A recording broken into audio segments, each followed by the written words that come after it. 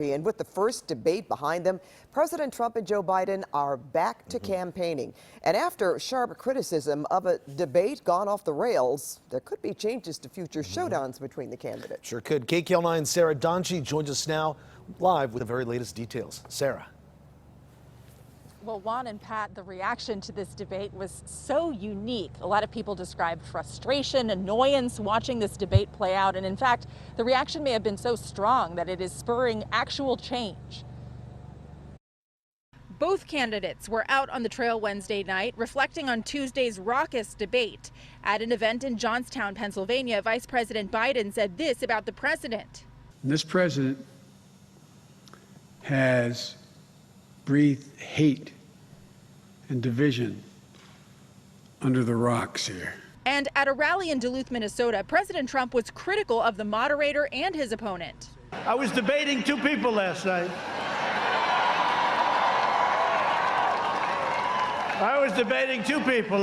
Joe Biden is too weak to lead this country. You know, Biden lost badly when his supporters are saying he should cancel the rest of the debates.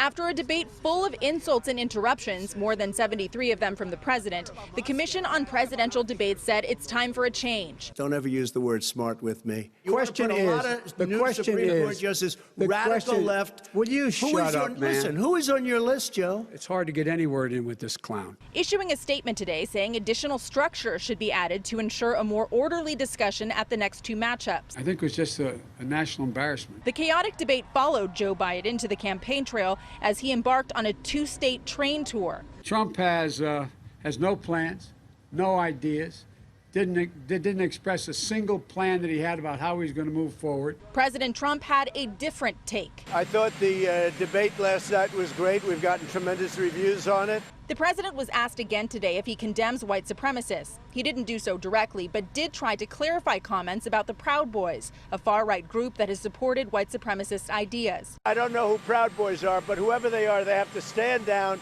let law enforcement do their work. He drew criticism, even from Republicans, for the way he talked about the group at the debate. Who would you like me to condemn? White supremacists and Proud Boys, stand back and stand by. But I'll tell you what.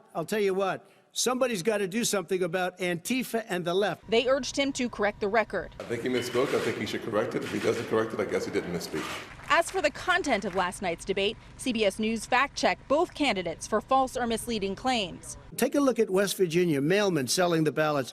They're being sold. They're being dumped in rivers. That statement is false. Earlier this year, a West Virginia mailman pleaded guilty to attempted election fraud after changing the party affiliation on 5 ballot request forms from Democrat to Republican, but there is no evidence that this is widespread. And when asked about the devastating wildfires here in California, every year I get the call, California's burning, California's burning. If that was cleaned, if you had forest management, good forest management, you wouldn't be getting those calls. The truth is, scientists have said higher temperatures, stronger winds, and drier conditions caused by climate change are the reasons why they have been worse this year. The federal government owns and controls nearly 60% of the forests in California, which would make forest management a federal issue in many cases. Meanwhile, former Vice President Biden had this claim about manufacturing. Because what he did, even before COVID, manufacturing went in the hole. Manufacturing went in the hole. We found that to be false. The Trump administration actually added around 443,000 manufacturing jobs from January 2017 to this February, before the pandemic hit. And about a plan for how to handle the pandemic? Between 750 and 1,000 people today are dying. When he was presented with that number, he said it is what it is. The president has no plan. He hasn't laid out anything. That's also not entirely true. While President Trump has been criticized for his coronavirus response, his administration has announced plans on how to distribute 150 million rapid COVID-19 tests and a vaccine once one is available.